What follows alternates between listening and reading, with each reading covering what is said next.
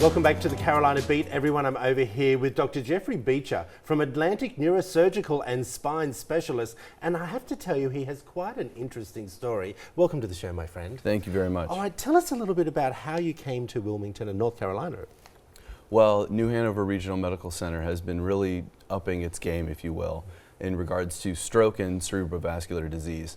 And Dr. Doss, who's one of my colleagues, has really gave birth to the program of interventional stroke treatment, but we need 24/7, 365 coverage, and that's where I came into play. Right. Well, tell us a little bit about that program to begin with, before we get into the good stuff. Sure.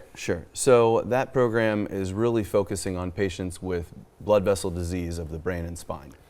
So when somebody comes in with a blood clot that's gone to their brain and causing a stroke, or if they've had something bleed inside their brain, we're really the guys that get called and start dealing with that. Interesting you said that about the blood clots going to the brain. How does someone develop that? Is it a genetic case or is it lifestyle? It's a combination of both, as well as choices we make. So risk factors are smoking. If somebody is diabetic, they also have a higher risk of stroke and cerebrovascular disease, as well as high blood pressure.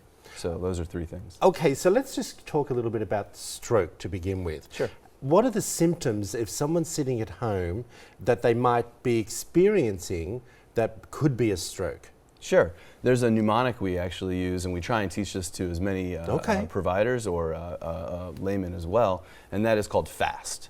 F is for face. So if the face starts to droop on one side, that is a sign of a stroke. A is for arm, so if the arm on that same side starts getting weak and they can't use that arm, or they can't feel it and they don't know where it is in space, that's another sign of stroke. And then speech is the S, and that really is more of either words that aren't supposed to be coming out are coming out, or you can't understand the words because it's kind of a garbled speech. Got you.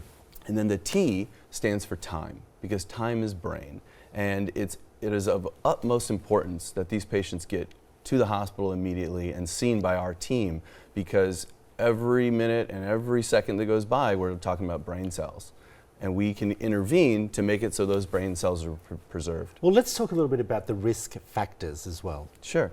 So we mentioned smoking is one of the worst things that you can do and the biggest risk for stroke.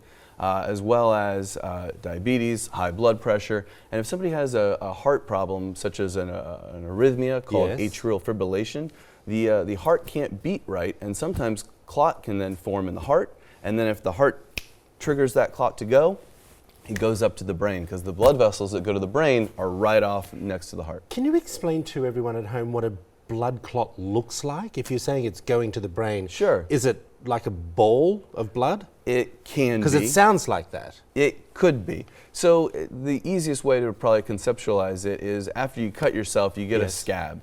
A scab is, when it's mature, is really what a clot would become. But before then, it's rather soft. And so it's something we can suck out of the brain with an aspiration catheter. Or sometimes if it's a little bit more thick or tough, we have to use a device that's called a stent triever, which is a stent on a stick that we put up, deploy across, and then we pull it down and take the clot out. Got you. All right, brain aneurysm, what is it? A brain aneurysm is like a blister on a blood vessel. It's a pouching out of the blood vessel that shouldn't be there. And normally blood flows through the arteries and goes to places in the brain. But here it has a blind pouch at the end. And it has a defect in the lining of the blood vessel that's allowed this to occur. And since it's a weakened part of the blood vessel, it can rupture. And when we bleed into the brain, it can be serious. Dr. Jeffrey, will you come back? Of I've course. got a lot of more questions I want to ask you. Sounds You're good. amazing. If you want to find out more, there it all is up on the screen for you. Atlantic Neurosurgical and Spine Specialist. Go over and see them, Dr. Jeffrey Beecher. This program sounds absolutely amazing. Back after this short break, everyone.